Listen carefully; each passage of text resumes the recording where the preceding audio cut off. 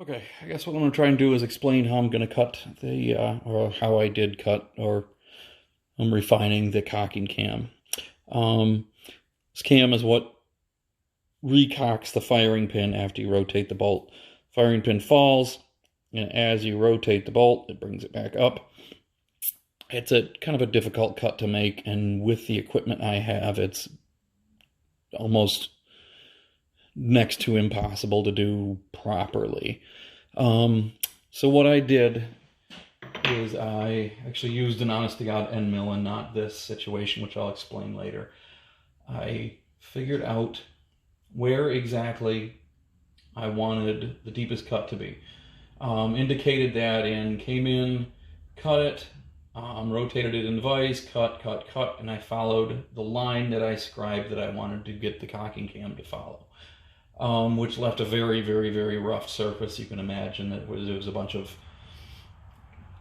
And how I'm doing to refine it is, in there I have a small carbide Dremel bit that I've got my vise jaws adjusted fairly tight, and how I'll show you I'm doing it is just working it out like this. It's terribly dangerous.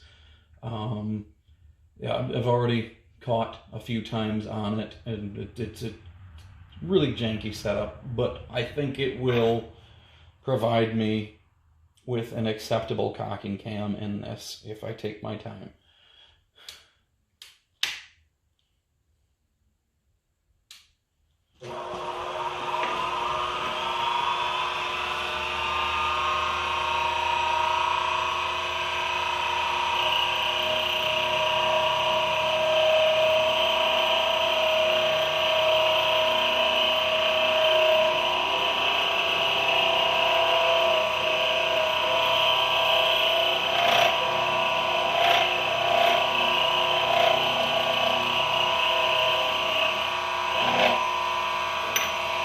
You can see right there, when it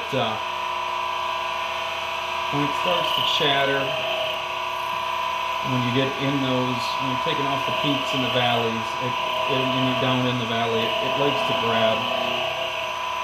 The trick is to just really, the trick is to keep your fingers out of the way, but very, very, very light cuts.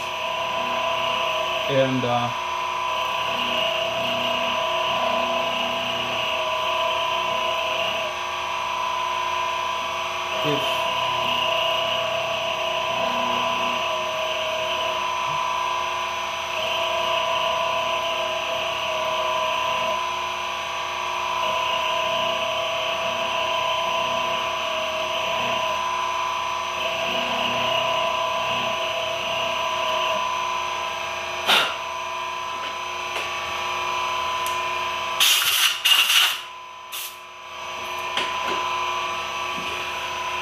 I mean, you can start to see I've still got low spots that I've got to get off, and it probably going to come out back in with a stone instead of the carbide bit to get it all cleaned up a little better, a little larger diameter stone to knock the peaks and the valleys off of that cutter, but hopefully that'll work.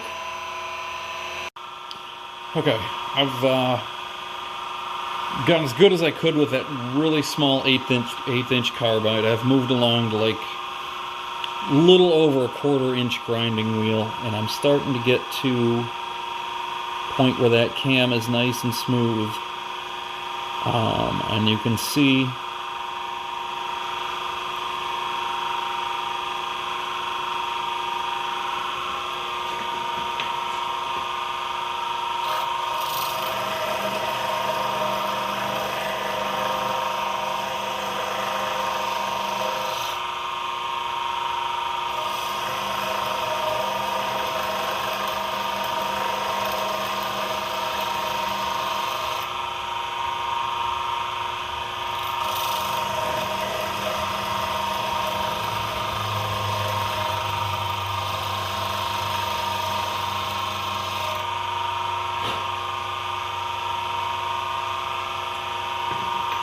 a lot of help, I'm sure, is that Found quite a few knives.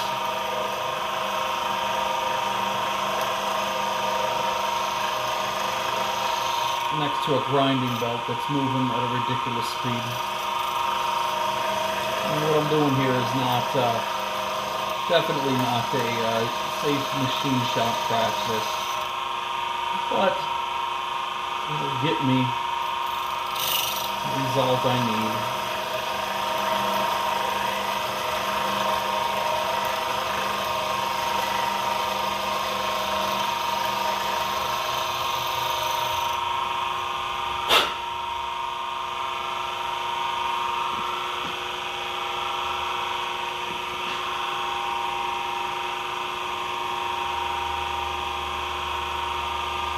Okay, I'm going to try and show you how this actually works in here. You have to look way down in there. So as I rotate the bolt, you can see the cam path pushing and then to the top. Video is really hard to see as it closes. When the bolt is closed like that, that's when the firing pin will be able to go all the way forward and actually strike the primer. As it comes up, that cam path is slowly cocking the firing pin to the backside. The trigger will be here in the bottom, and it will actually catch the cocking piece. I can show you.